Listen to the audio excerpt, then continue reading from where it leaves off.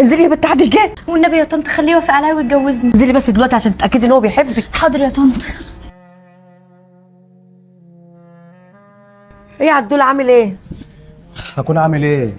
مالك في ايه؟ عايزه اللي انت افهم عايزاني مين؟ اتجوزها دي طلعت اختي في الاخر.